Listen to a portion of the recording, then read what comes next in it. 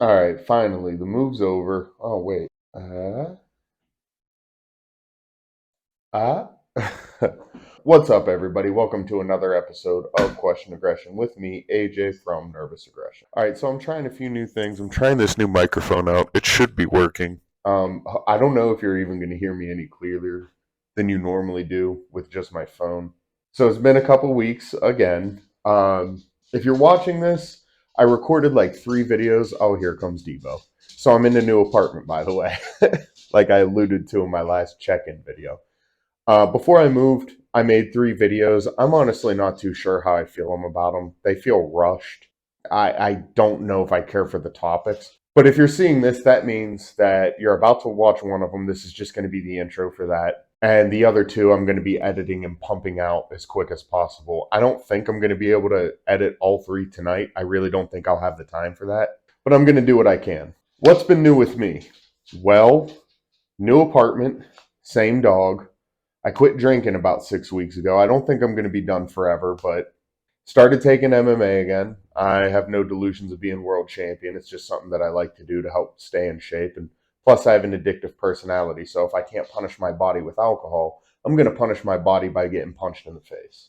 Got a new EP coming out soon. More on that later. I'm probably going to make a whole other video for that down the line because we have some plans with this one that I don't want to talk about yet. Got some really exciting news coming up for the springtime, but for enjoy now, these videos. It's probably going to be the last of my corny, like 5 list shit. I did that because I thought it would be good for the algorithm. But honestly, my channel's not big enough or active enough to be affecting the algorithm whatsoever. And it seems like the videos that I get the best responses for, or at least that I have the most fun doing, are the ones that I want to do, the shit that I just kind of think of. So yeah, these next 3 videos are going to kind of be the last of that. The rest of them are going to be a little bit more rambly and my take on things and my perspective on things. Some of them you guys might agree with, some of them you might turn on me, and that's fine. I don't know. I got some opinions on things in the music scene, more so than just music, but like the culture itself that I kind of want to get out there. Yeah, watch them if you want. If not, that's cool too. But I hope you like what I got coming down the pipe for you. But in the meantime, I'm not sure which video I'm starting with, but enjoy whatever this shit is.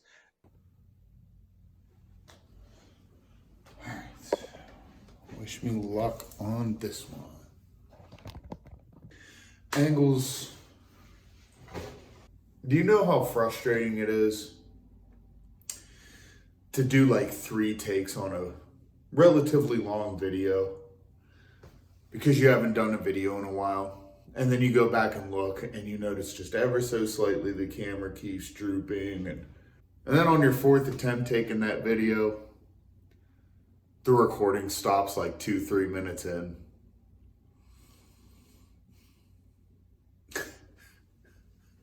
Take 5. What's up, everybody? Welcome to another. I can't believe I'm doing this. I turned the light out. It got bright outside. I had to stop. Hold on a second. Let's let the boy in. There's the boy. Afraid to jump up here, probably. So come on. Come on. Nope, he ain't jumping up. I even turned the light off because it's bright outside. I first got interrupted by people at the bar fighting. Let's hope fucking 5th time's a charm. What's up, everybody? Welcome to another episode of Question Aggression with me, AJ from Nervous Aggression. So recently, I took a poll on our YouTube channel asking what you guys wanted to see next, and the winner was the first episode of the interview series. I have a plan to start that interview series. I even bought some cheap microphones on Amazon, but they kind of sound like ass.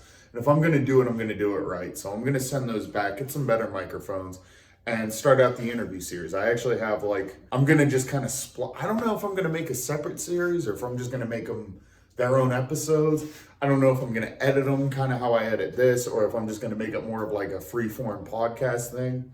I'll figure it out as I go along, just like I'm doing with this channel. But anyway, I figured since I can't do that, I took a poll a while ago, and this one won, or it was second. I don't fucking remember. But anyway, enough talking.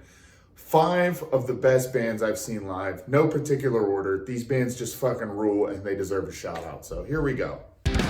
Let's go!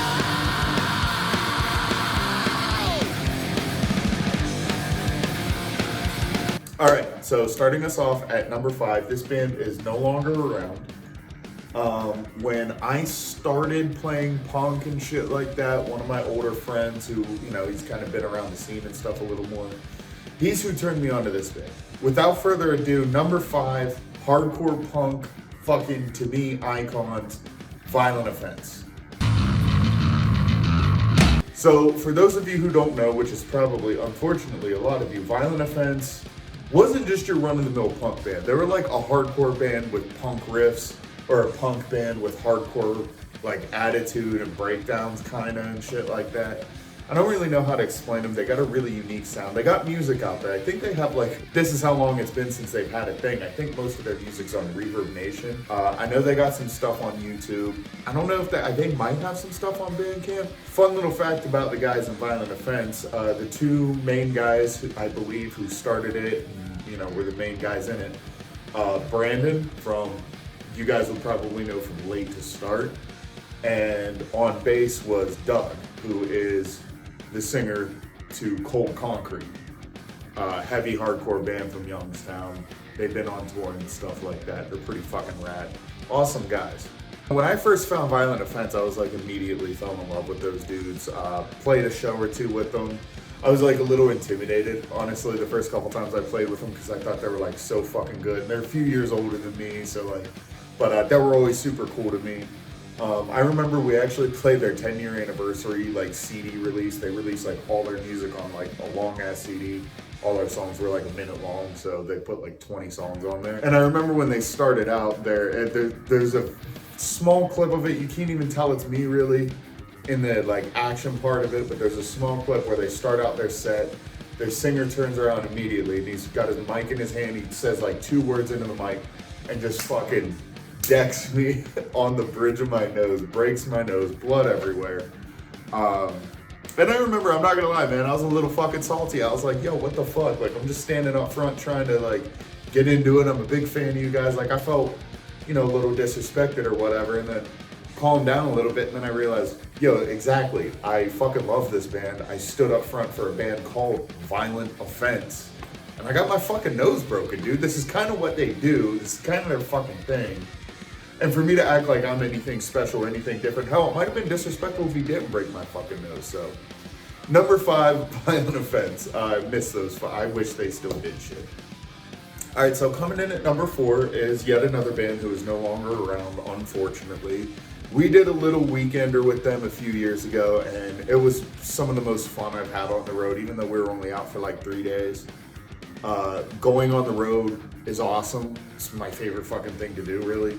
Going out on the road with another band, I don't know, it makes it that much more fun because you got homies in every, outside of the band, you got like your homies in every fucking city you're going to. So, number 4, Waterheads from Cincinnati.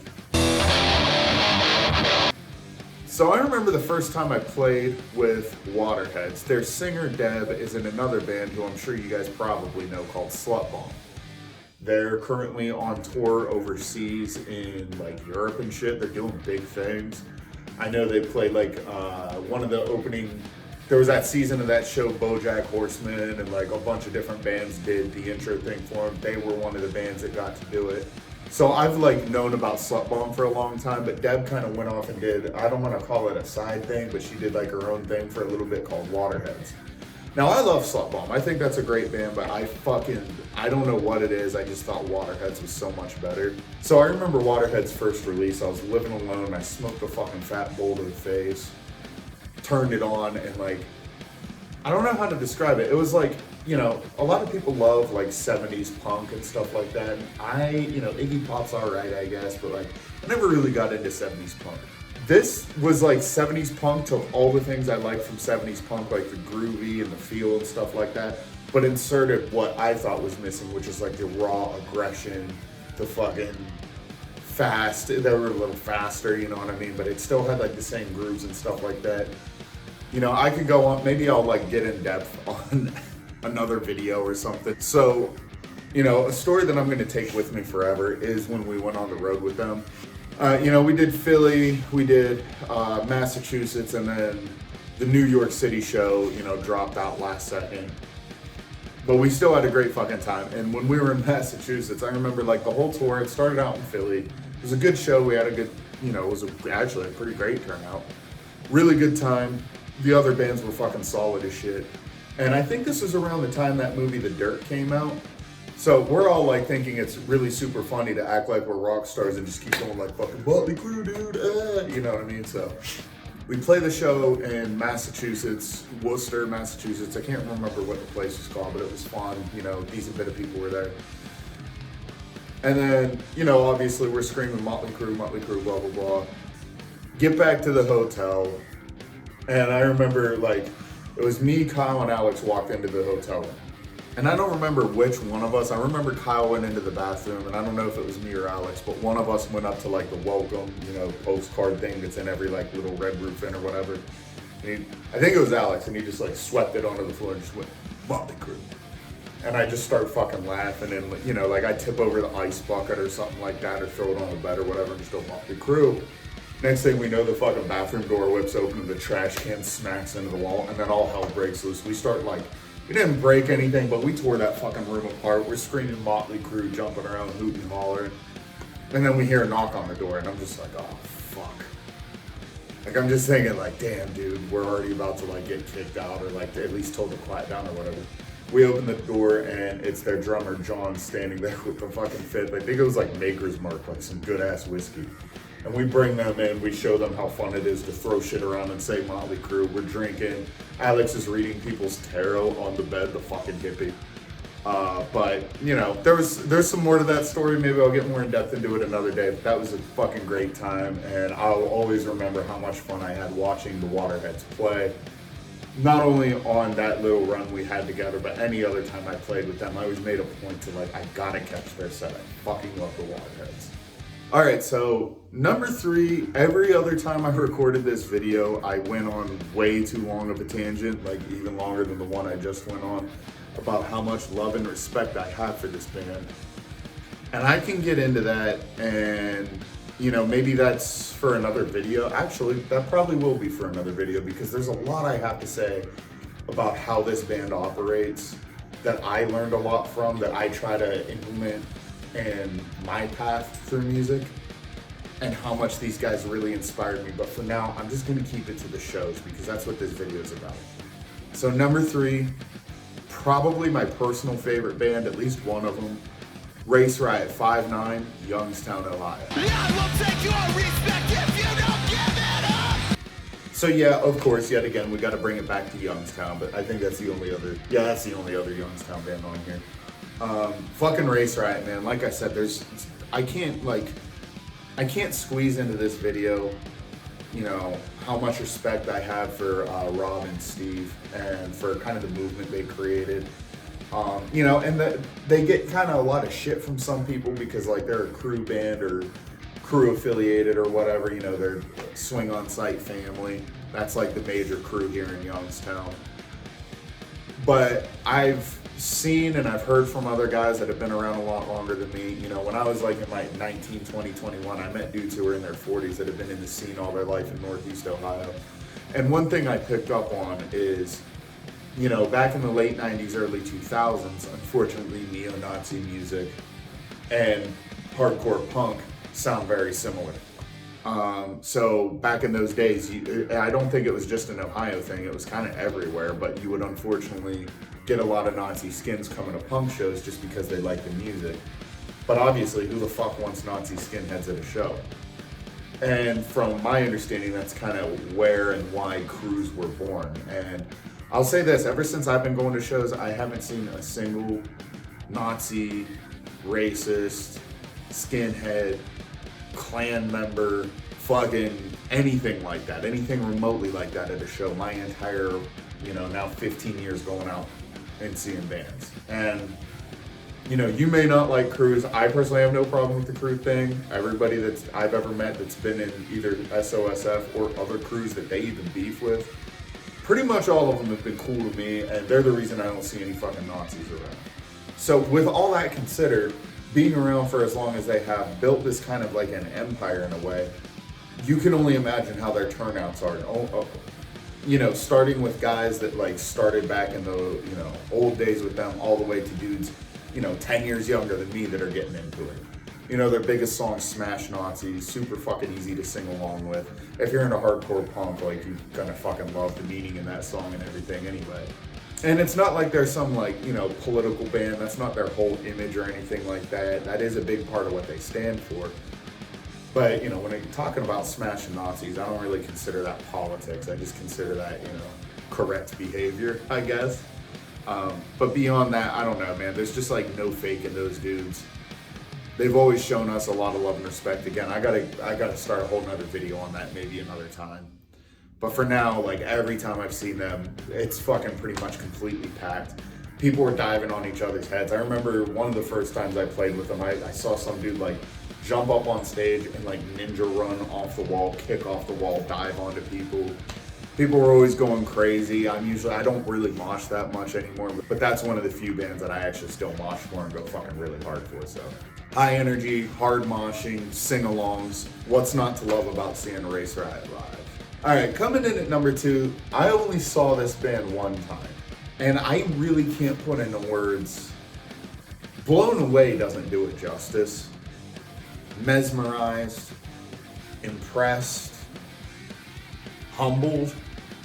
I've never seen anything like this next band. And I remember when I saw them, you know, it was the day before we left for the Friends tour, and we all decided, you know, let's go have a 1, 2, 15, 20 drinks at Westside Bowl to, you know, get real good and hungover before tour starts. But we went over to Westside Bowl, had some drinks. I found out there was a grind show in the basement, so I went down and checked it out. The first band was great. They're from like Baltimore or Maryland, you know, probably Baltimore. And then after they played, I was like, hey, you guys were really good. They said, no. I'm like, yeah, thank you, we appreciate that, but wait till you see this next band, which is the number 2 slot, Test, all the way from Brazil. Test is just 2 guys. It's a guy playing guitar and singing, and it's a guy playing drums. Now when I say playing drums, he plays every part of the drums. He doesn't just hit the skins and, you know, the cymbals and stuff like that at the same pace. He's got one of the slickest and fastest blasts I've ever seen a drummer pull off. He goes in and out of, like, you know, blasting really hard and going nuts to like playing really gently and soft, changes up the beats a lot, hits the rim shots everywhere. Like, I've never seen a motherfucker hit a rim shot on a kick drum until this dude. On top of that, the impeccable timing and almost haunting vocals from the guitarist. I mean, it just completely blew me away. I've never seen anything like it. Again, this video is not really in any order, but these last 2 are just purely based off of, I've never seen anything like it. Like, it was so amazing. So Test is still out there killing it. I know on that tour, they started in Brazil, went all the way through South and Central America, all the way around North America. I don't know, I think they even went up to Canada and stuff. Pretty much did the whole US, back down through Central America, back to Brazil. And I think they turned right around and went on like another tour, and another tour, and another tour. Like, those dudes are just out there fucking grinding, no pun intended. And yeah, it almost kind of feels like not right to call them a grind band. Like, they definitely have grind elements and stuff, but they're like more than that. Like, they're really their own thing. So if you got the time or the inclination, I know when I saw them, it was live at Westside Bowl, and it was me and the other band and then my guys, and nobody else was down there seeing it. I couldn't fucking believe it. So please do me a favor, go check out Test, go give them support, follow their Instagram. They deserve every fucking bit of love they get. All right, coming in at number 1. This is a band I played with a couple times. This is a band, yeah, I know the members, so it's a little, you know, it's a little cheap. I mentioned them on the channel before. I wore one of their shirts for one of the videos before. Bosco Mojo, Brooklyn, New York. So Bosco Mojo is a 3-piece band from Brooklyn, New York. I don't know how to really describe their sound. It's definitely got like a punk attitude, but it's so far from punk. I wouldn't even call it hardcore or anything like that. It's loud, it's explosive, it's very energetic, but it's also like really mathy, but not to the point of it sounding like, you know, riff salad and your favorite musician's favorite musician type stuff. Like, it's still got a nice rhythm to it. It's followable. I know they got a bunch of videos here on YouTube. They got a Bandcamp up. Go buy all their music on their Bandcamp. It's so fucking good. The singer, I know he does solo touring stuff a lot with his acoustics, so if you see Ken Mujo out there, check him out. It's pretty much the one-man band version of Bosco Mojo, but Bosco Mojo, man. I don't know what's gonna go on with them. Unfortunately, their bassist, my dude Hudson, he moved to LA recently. And I know that they've had, both times I played with them, they had a different drummer each time, so, but I know the whole time it's pretty much been Ken and Hudson. So I think with Hudson moving, I hope it's not the end of Bosco Mojo, but I don't know how you're gonna replace Hudson. That dude was an amazing bassist, great backing vocals, stage presence, everything. But as long as Ken stays out there and he keeps doing what he's doing and he keeps grinding, dude, no matter what he touches is gonna be fucking awesome, and he'll have a fan in me. All right, so that wraps it up. 5 of my favorite bands to see live. I played with most of these bands. Really, Test is the only one I didn't play with, but I've seen them all up close and personal. And I just want to stress, this isn't like 5 of my favorite local bands. This is my 5 favorite bands I've ever seen live. You know, I've seen Lamb of God, and they were fucking amazing. I've seen Cannibal Corpse, fucking amazing. I saw The Virus recently. That was like, you know, my high school dream come to life. And maybe there is kind of some bias there because I know a lot of these people and like I've played with them and everything like that. Like maybe that is part of it. But I genuinely have more fun seeing these bands than any major band I've ever went out there and saw. Not taken away from the major bands, it's just I think these bands fucking kill pretty much anybody else I've ever seen. So that about does it for this video. Thank you guys for your patience again. You know, it's been a crazy year. Like I said in the just checking in video, I'm moving soon. Got a lot of shows I've been playing and am playing. I just appreciate you guys sticking around. Hopefully, you know, the move goes smooth. Hopefully I'll be able to get this edited and turn around, you know, soon. But as always, I appreciate you all tuning in. Make sure you follow us on socials. Instagram is Nervous Aggression Official, at Nervous Aggression Official on our Instagram. Facebook.com/Nervous Aggression. Go check out our Bandcamp. That's where you can find all our music. We're on Spotify, we're on Apple Music, we're iTunes, Google Play, all that happy horse shit. And if you're new to this and this is your first time seeing a video, welcome. You know, I got a whole series of these videos, these kind of talk one-on-one. A lot of them are advice geared towards younger musicians. A lot of them are just kind of like my take on certain things.